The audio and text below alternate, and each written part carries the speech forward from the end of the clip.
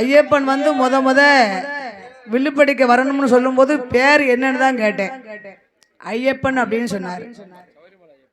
எனக்கு ஒரு ஞாபகம், திருக்கரங்குடியிலே எனது சகோதரர் ஐயப்பன். இந்த தென்திசை அனைத்துமே அவர் வில்லிசை உலா வந்து கொண்டிருந்தார். இப்பொழுது அவர் நம்ம பக்கம் இல்லை.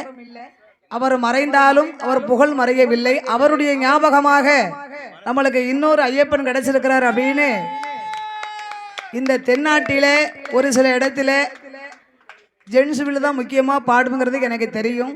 அதனால ஐயப்பன் படித்தாருன்னா இன்னொரு ஐயப்பன் உருவாக்கியிருக்காரு அப்படிங்கக்கூடிய ஒரு எண்ணத்தோடு ஒரு வாரத்துக்கு ஒரு தடவை தான் அவளுக்கு லீவ் இருக்கும்போது தான் நம்ம வீட்டுக்கு வருவாப்புல.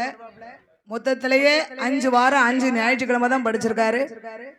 என்ன பகல் முழுக்க இருந்து நான் இருக்க முடியல அப்படின்னா என்னுடைய வீட்டுக்காரர் சொல்லிக் கொடுப்பாரு. அவர் இல்லைன்னா நான் சொல்லிக் கொடுப்போம். எந்த ஒரு கலைஞர்களாக இருந்தாலும் குருநாதர் பக்கத்தில் இருந்து அவர்களை திருத்தி சொல்லி கொடுத்தா தான் இப்படி பாட முடியும்.